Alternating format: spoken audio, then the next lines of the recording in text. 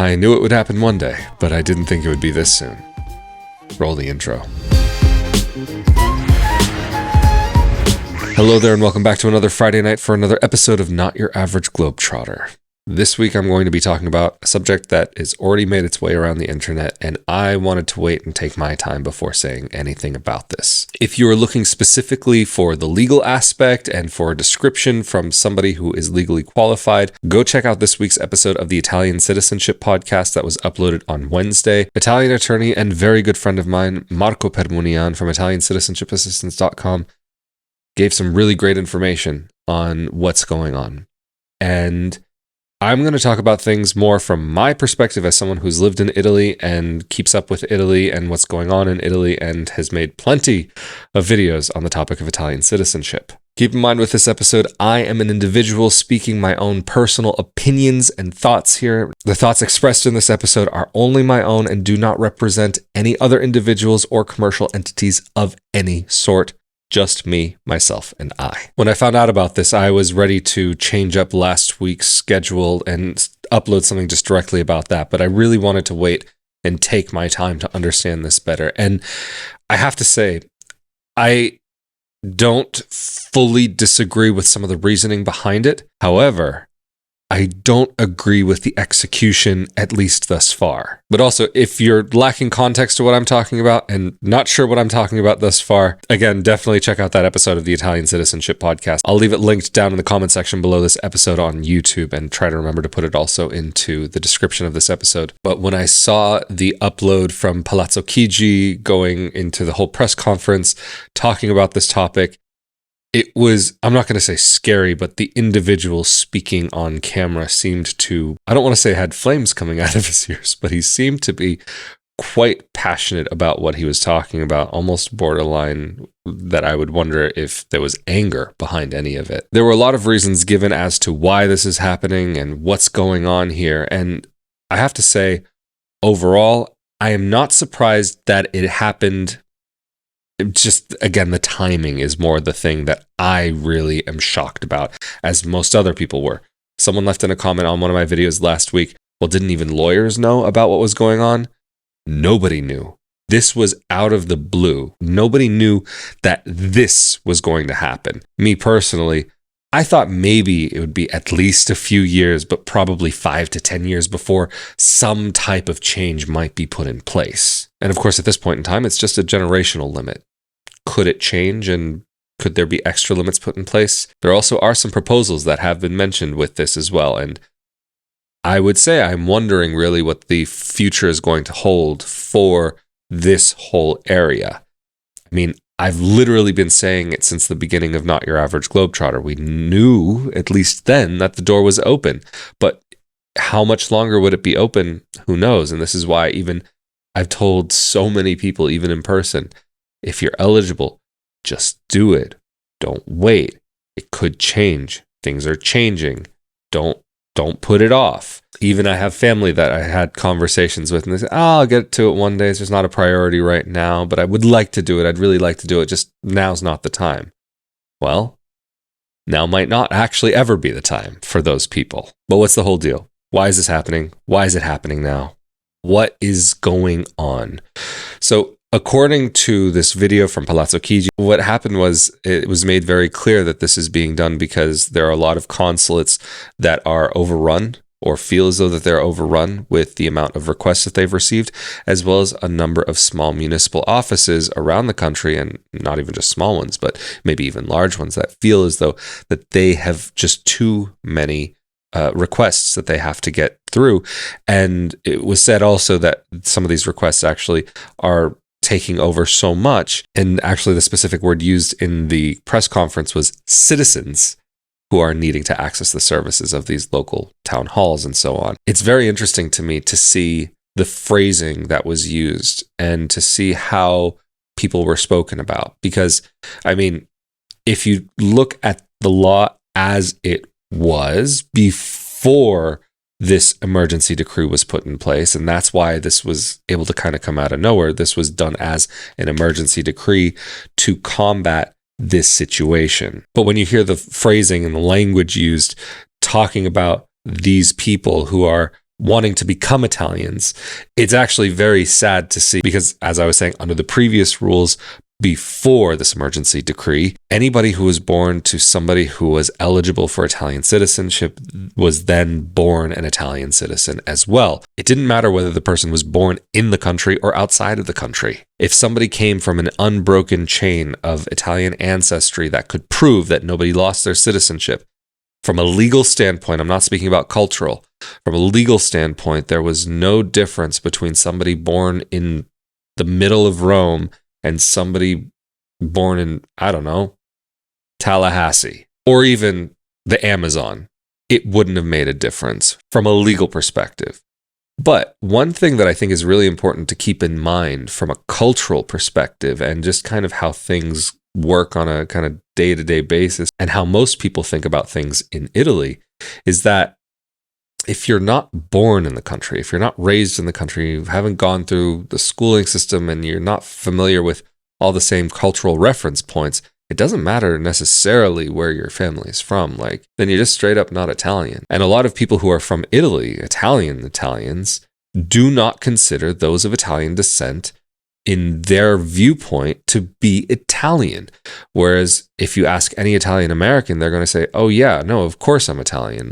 That's just where my family's from, even if they don't speak the language or forget the Italian language, their own dialect that their ancestors spoke, and not even the same reference points culturally in the music or this or that or whatever it may be, and maybe even never have been to Italy, but they're going to be carrying an Italian last name. And this gets into the whole discussion of what does it actually mean to be Italian? You have the legal sense, which is now changed, and then you have the cultural sense. And I would say, yes, in many ways, Italian Americans are connected to this Italian culture, but they're connected to what once was, not what is necessarily today. One of the videos that gets the most commented on this channel actually has to do with this topic. What does it actually mean to be Italian? And it's definitely, I would say, a complicated subject because, again, there's that legal aspect, but now maybe the cultural aspect and the legal aspect are starting to line back up, at least in Italy. And if we're talking about Italian citizenship, that's what really is going to matter at the end of the day. What is the opinion of the people in Italy today who are running the country? I really wish, though, that this had been done differently, because if we look at the demographics of Italy right now is at its lowest birth rate that it's probably ever had. And if you look at many parts of the country, yes, they are thriving. And there is a thing that I hear from a lot of Italian Americans, and even I was of this mindset. Well, it'd be great to go back to the motherland and help take care of things and help build up and help really take part. But I think that's very much an American mindset towards things. And there are a lot of us who do have a love for Italy, and even if maybe it wasn't a place that you grew up or ever have visited.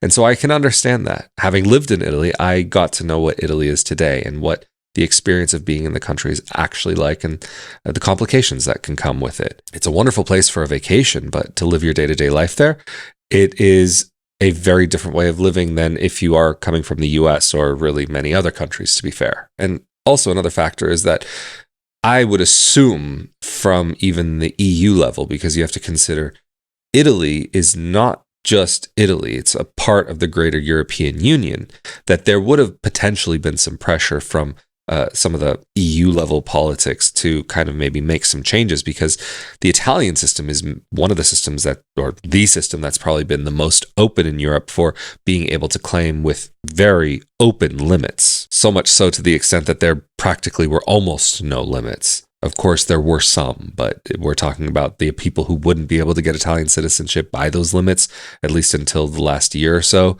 I mean, we're talking about a very small amount of people who wouldn't have been able to. But again, getting back to what was said in the press conference that was published by Palazzo Chigi, I mean, really, it was made very clear that there is a focus on the South American Italian community from Brazil, Argentina, and so on, that there are huge numbers of people of Italian descent in these places. I mean, even I've seen videos of like a mall where they have like an office that is focused on doing Italian citizenship by descent. Like, I mean, imagine like strolling up to the mall and you just go to some service provider and say, "One Italian citizenship, please." I mean, okay, it's not actually that way, but maybe think about it like going to a travel agent or something like that. And there are many people who do get Italian citizenship and never use it in their life. I mean, even people from North America, from Australia, that just want the citizenship just so that they can have something to hold on to. The point that I actually agreed with that was made was that another reason why they're making some of these changes is that they want people to be active citizens of the country. So even another point of discussion as well had to do with if you are not renewing your passport, paying taxes, voting, renewing your ID, or somehow updating your IDE registration, or somehow otherwise interacting with the Italian system, that a person potentially could lose their citizenship if they hold another citizenship, because they're not going to allow anybody to become stateless. That actually becomes an even bigger problem. But if the person has another citizenship and is not connected to Italy, then why do they feel that they need to keep the person a citizen? And yeah, there's paperwork that can go into it. Maybe it would end up just being that the files just sit there, but how that all might look going forward is yet to be seen in a practical sense. So let's see what that's actually going to look like. So who knows what things are actually going to look like in that regard. But there are also many people who get Italian citizenship specifically so that they can go to another European country and say go to Germany, to, in the past, England. I know people who actually did that right before Brexit, and even to say France, Sweden, whatever it might be, any EU country, or even easier access to Switzerland in some cases, and then never end up calling Italy their home. I do see an issue with that. I moved to Italy as soon as I got my citizenship because I wanted to know what it was like to live in the country as an Italian and to see daily life, to live, work, pay taxes, pay into the social system, all of it. My whole goal with my move to Italy was to become a productive member of society. And I did that. And I loved it. Although, to be fair, like, nobody likes actually having to pay social security or taxes. So maybe that was the one drawback, but if you're going to live anywhere, then you're going to have to deal with that at some point for sure. But a lot of the focus on at least the first part of the conversation seemed to really be focused around Spanish speakers and Portuguese speakers coming to Europe, and those people who, like, almost in a sense, like, oh, how could they actually feel like they're Italian? How could they really be one of us? That there is a thing that sometimes you do see in Italy, again, that there is not just this sense of how could these other people think that they're Italian, because there are definitely mentalities that have to do with belonging to a certain group in Italy, like you come from this town or this region or the country as a whole. That's going to connect these different people. But the timing of all this almost actually starts to make a little bit more sense as well, because over the last few years, more and more, maybe even more than just a few years, more and more in the political discussions in Italy, does the topic of acquisition of citizenship come around. And usually it's spoken about in regards to citizenship through naturalization, for example, if somebody's going to be residing in the country, or even if somebody is an asylum seeker to get citizenship, or maybe somebody's been living here since they were a baby, but still doesn't have the ability to get citizenship until they're 18. They're all different cases. And so always at the same time, on that same note, many people said, well, how is it that people in these situations have a different path to people who might not have ever stood foot in the country? I can get that point on one hand, but at the same time, you don't choose where your family came from. You don't choose your background. And especially for many people of Italian descent around the world, they feel very connected to it. Whether that connection kind of is more a personal thing than based on reality and more based on the stories of their ancestors, that's definitely a point that could be up for debate. But in my opinion, it was always very strange that this argument was made that connected the two, because they're two completely different things. And so I can't help but wonder, is this some form of discrimination? I mean, thinking about things like in maybe terms of the 1948 case, and maybe I'm really drawing a poor connection here, but women before 1948 weren't able to pass down citizenship, which was a form of discrimination. And within all kinds of places in Italian law, discrimination, there are a lot of protections in place for it nowadays. If you're thinking about the legal principle of Jure Sanguinis and how it works, then I'm wondering, could there be an argument somehow to say that this could be called discrimination and keeping Italian citizens from being able to exercise their right? Because in a sense, this kind of calls the main form of citizenship acquisition that Italy has into question, at least in my opinion. But of course, I'm not a legal expert or a lawyer, but just on my understanding, I've got maybe a little bit more than the basic understanding of how some of these things work. So will this be heard by the Constitutional Court and called into question there? I'm wondering, is this going to be something that they rule against or rule in favor of? Let's see, because if that happened, I wonder if that could change things. But even if that were to ever happen, when would that happen? But of course, this is going to have to be turned into law within 60 days from when this decree was announced, this emergency decree. So, I mean, at least the generation limit thing is going to be put in place. Could it go beyond that? We'll see. Is it going to be phrased the exact same as it was the day of its release? Who knows? There are things that could get changed. And even now, will there still be people who can make a claim for Italian citizenship through the current rules as they are now? Yeah, I would definitely say there's some big question marks that I have in regard to this topic. But is the door closed forever? I don't know. Is it still cracked open? Kinda. How long? Who knows? But how would I have preferred to have seen this happen? I would have said, maybe don't put a generational limit, or maybe third generation or something like that. Not second. Second is very, very restrictive, but I understand it makes sense. Many other countries that have citizenship by descent do limit it to sometimes in the case of the grandparent, but usually just to the parent. Regardless of any type of generational limit, what I would have said made the most sense to me would make a residency requirement to have to go and spend time in Italy, living there for a year at the very least, maybe 2. But at the same time, with that requirement, I would have said it would have been ideal if there could have been some sort of integration process to help educate people, because there are actually programs that do now exist in Italy that even I believe the government does put some money towards for people to come to Italy and integrate or learn about where their families were from and to become interested in the country. So I think that would have been an amazing thing, especially for young people who are looking for a new path in life, that are looking to kind of start their life, and maybe they're just going to go to university, and that's a great age to be able to start in a new country, in my opinion. Or maybe a retired couple looking, or even singles, retired singles who are looking to spend the rest of their days in a beautiful part of the world and contribute to society in one way or another. I really do think there are things that could have been put in place that really would have had a much more positive impact. Again, maybe though, this is me getting back to slightly a little bit of an American perspective on things. Of course, I can't help it. But if the whole thing is to make sure that people have a real connection with Italy, then why not facilitate that? That's another question that I have. Why cancel out so many people from being able to have that ability to access the country of their ancestors? Because if you think about it, most of the people that are making these claims are people who are now in quote unquote the new world. Of course, you do have peoples from these lands that are from there, that they are the original people from that land. But if you think about maybe the majority of people who end up in these countries, they have ancestry from elsewhere. And so what are the ties to that place really? I mean, for probably many Italians or people of Italian descent, their ancestors would have been in this country for maybe even thousands of years. Of course, Italy has a lot of different mixes of different people from different places. It's a melting pot of sorts through history, but you have to think about it also in that way too, that there's going to be different connections to different places. So what does citizenship mean? What does connection mean? Why would a person even have a right to a passport at that point?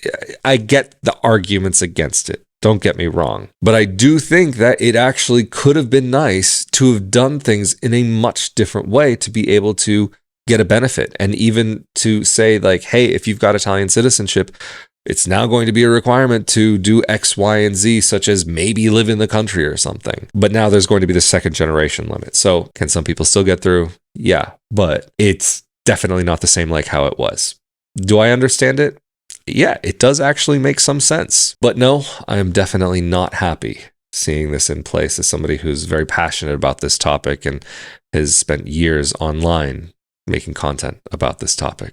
Literally hundreds of videos on the topic. But anyway, I think I'm going to round this out here for this Friday night. Of course, if you have any thoughts on this topic, feel free to leave them down in the comment section below here on YouTube. And of course, a huge thank you to those of you who helped to make this project possible on a monthly basis through rafaeldifuria.com/Patreon, patreon.com/RafaelDifuria, as well as the one-time support such as the thanks button here on YouTube, as well as rafaeldifuria.com/support. And also a huge thank you to those of you who partake in these episodes and leave your thoughts in the comment section below on YouTube. YouTube. And whether you agree with me or disagree with me, it's always interesting to hear what you guys have to say, or at least read what you guys have to say. I'm very grateful that there are so many of you who take part in this and also share these episodes with your friends and so on. But this is just my personal perspectives as an individual. But of course, I am the individual known as Rafael de Furia. This has been another episode of Not Your Average Globetrotter, and I will see you all next time. Later.